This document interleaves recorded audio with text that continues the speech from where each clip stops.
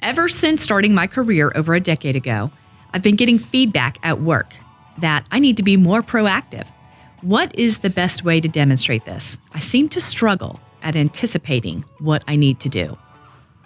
Yeah. Okay.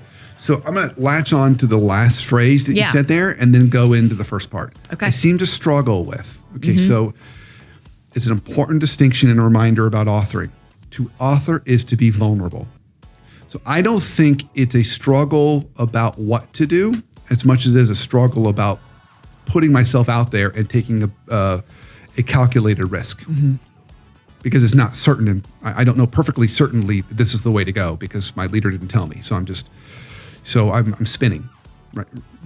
Rather than take a calculated risk and gather feedback, and then course correct until you got it perfect, which is all about refinement, which is really what authorship's about.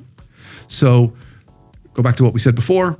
To author is to take initiative, show ownership. I always flip-flop those, but that initiative and ownership, and then critical thinking. So we're going to move forward, and we're going to say proactively, we're going to come with every meeting with some kind of point of view or update, as well as some kind of recommendations.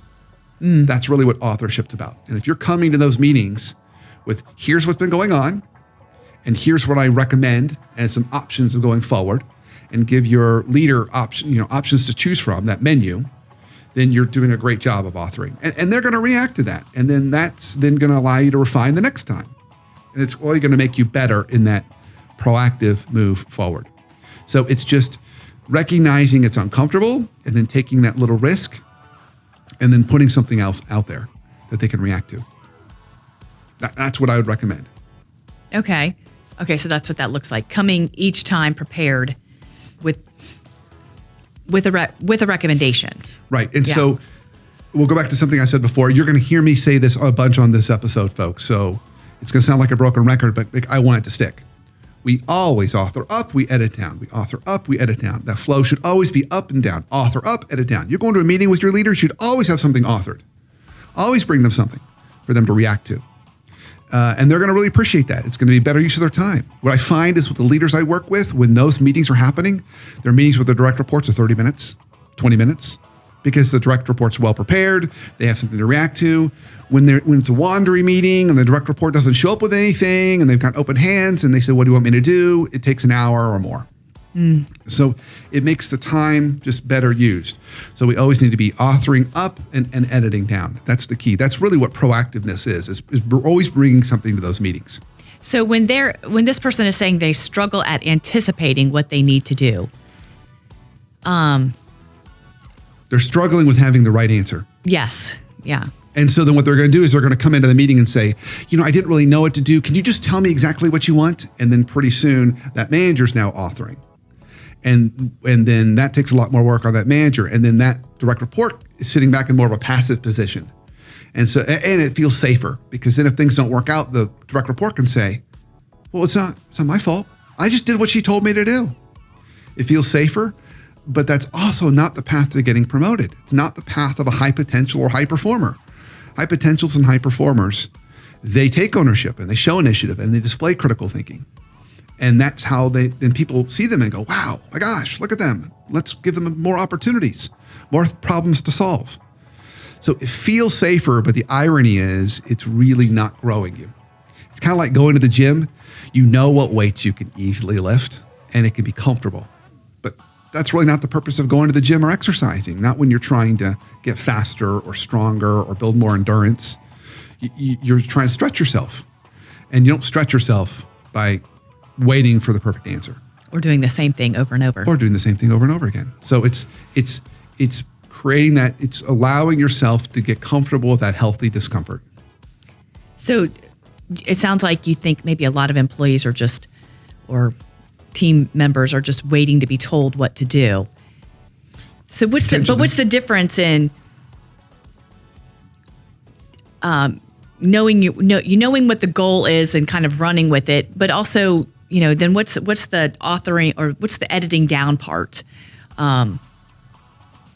in being able to have the right leader So- sharing the information. So there is a role of the editor. The editor isn't just a passive entity that just sits back and you bring them things and they say, I like this or I don't like this. That's not fair either. That creates a lot of anxiety. You're guessing. Right. So the editor actually should be doing the first step of the whole process by setting clear expectations. Okay. So the goal, everybody, is we're trying to increase our revenue by 10% over the next quarter. That's our goal. And it's really important for us to not only maintain that, but maintain our cost structure. You know, they've got to kind of set that commander's intent, which you've heard me talk about before on the show. But they don't dictate the how. And that's the role of the author. The author comes back with the how. So the editor has to say, here's our overarching goal. Would love to get your thoughts, ideas, kind of, you know your world better than I do. Bring me back kind of, what you're seeing and what we need to do in order to reach this overall goal that I'm responsible for. So they set the overall expectation. And then in the conversation, there's also an important distinction. There's a difference between an editor and a critic. Okay. There's a really big difference there. So we can screw the editor's feet up on that conversation. When that author brings us this stuff, if we just redline everything, they're going to leave feeling very demoralized, and they're just going to come back to the next meeting and say, you know what? That last meeting wasn't a whole lot of fun. Mm-hmm. Why don't you just tell me what you want me to do? That's a lot more fun than me getting blasted for sharing my ideas. Mm-hmm. So in those meetings, we've got to make sure that we're acknowledging what's good and say, here's what I really like that you brought. And here's some things for us to continue to look at and tweak. Maybe you weren't aware of this cost structure we have here, or this limitation we have over here, or the goal we've got over here that you and I have never really talked about that might have impacted your recommendations. Right. So next time, let's talk about how we can consider those in whatever you bring next time. So it's making it more of a coaching and refinement conversation rather than a redlining critic conversation. So the editor has an important role. They set the expectations, and they really need to be coaching well on the back end with positive affirmation in order to encourage those three things we want from our team. We want ownership, initiative, and critical thinking. Teams perform their best when everyone's operating at that level. Right. It's a lot of work. It is. It's a lot of work to manage people. It is, but it isn't. What people will find, as I've shared with you, what people will find is if they make the time to do that front end, right, those coaching conversations in the back end are 30 minutes, 20 minutes. Imagine your conversation with your direct reports are just 20 minutes, and your direct reports got everything they needed, and they're off to the races. They're not waiting again for you to continuously manage that process or tell them what to do. Right. It's all about refining and better using your time in the ways that only you can use it. Right. Well, it's laying that foundation so that the rest of it works well. Yeah, absolutely. Mm-hmm.